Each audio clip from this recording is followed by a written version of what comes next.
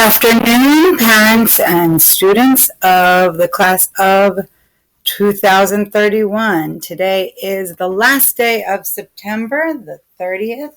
It is Wednesday, and I am here to tell you about today's classwork. We will start, as always, in ELA, and today we discussed the genre we are doing this week, which is narrative nonfiction. We went over the characteristics of narrative nonfiction, which are, of course, that nonfiction means that we are talking about real events and real things and real people. But since it is a narrative, there is a narrator and it has a story that is involved, which means there is a beginning, a middle, and an end that takes place. So once students understood that, they got this homework or classwork that they needed to do. And some students remained with us in the Meet link so that we could help them.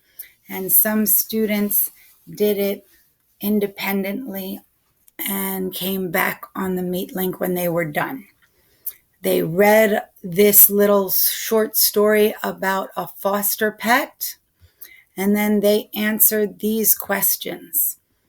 The first one was, what makes this a nonfiction narrative? Again, we went over that the characteristics of a nonfiction narrative are that it's still nonfiction, but it has a narrative that goes along with it. It has a narrator and it has a story, a beginning, a middle, and an end. So hopefully that's what they put.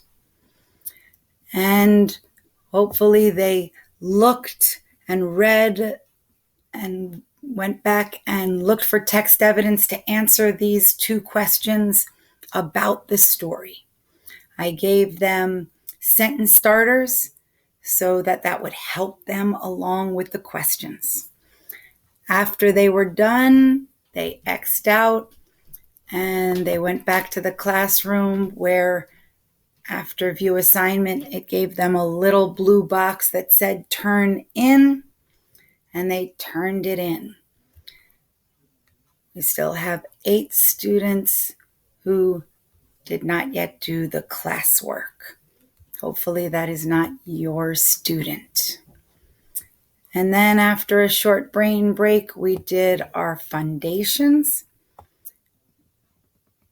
We took our lunch, and then we did science. Science, for physical science, we have been working with matter.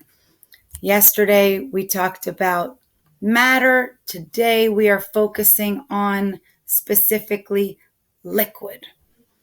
We learned about the characteristics of liquid, and then they did an exit ticket, which consisted of 3 questions about the properties of a liquid. They took a quick 3 questions. Some of the students who needed a little help with the reading remained in the Meet link so that we could read it for them, no problem. And a few just did it on their own. And then as soon as they pushed submit, it automatically graded it, and it went right into their grades. There was one student who was absent all day, and then there was one student who just couldn't seem to figure out how to answer it. And then we went to math. For math, we have worked on the Chapter 1 test, which will officially take place tomorrow. Yesterday, we did a Chapter 1 review for homework. So today, we did a Kahoot, which was not official classwork, but more of a interactive quiz. Some students, as long as we took to wait for them to just type in the 6-digit PIN, couldn't quite get to it. And so they were instructed to just follow along with paper and pencil or a whiteboard, because the questions that I put in the Kahoot were the exact same questions that are on tomorrow's test, with only the numbers changed. So hopefully, even if they couldn't get on the Kahoot, or if for some reason they were kicked off, they still paid attention and they still tried to answer, because even if they weren't participating in the Kahoot, paying attention and trying to get the answers still made them a winner, because that helped them to see what was on the test tomorrow. And that helped them to study and practice, because, like I said, it was an exact replica of the test tomorrow, with only the numbers changed. After that, they went on, just like always, to their afternoon work. The ReadWorks today was called a gold sheep. After they read the assignment, they had 5 questions that were multiple choice, and they just had to read it or have it read to them, which is absolutely fine. And then the questions that followed were 5 comprehension questions. We had about 8 students who didn't answer. Oh, actually, there were only a couple that didn't answer, and many that got to the assignment. We have many students who have already finished their all-around chili article a day set, which is wonderful, and have written in the Book of Knowledge. It's not officially due until Friday, and they only have to write 5 out of the 6 articles since we had a day off. Some students have yet to log in. It's always best not to leave all 5 articles, in this case, instead of 6, to the last day. This is all about the country of Chile, and many of your students have said some awesome things about the different articles.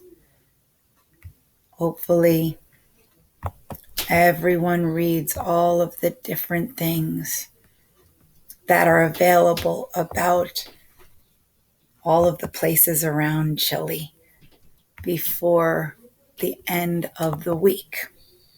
After the ReadWorks assignments, they should have spent time on the other sites. Because we are having a few students who are not spending their time asynchronously. Oh, I did it again. I moved the afternoon work.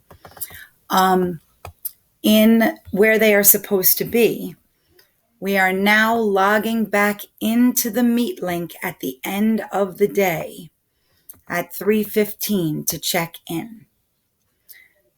Students were told to make sure they come back to the Meet link at 3:15 to check in at the end of the day. There were about 8 students who did not come back to the Meet link at 3:15 to check in at the end of the day. I will let them know tomorrow who they were, and hopefully that will not happen again. We also are continuing with our Acadience testing. which is for our reading levels, and our Ames web testing, which is for our math levels. This is very important testing so that your students' levels in math and reading can be determined.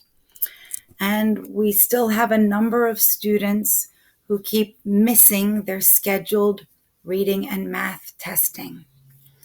Please make sure that your student isn't one of them. I will reschedule, but the longer that it takes for them to get tested, the more difficult it becomes to determine what level they are at. So please make sure that you talk to your student and get them to come and get their testing done.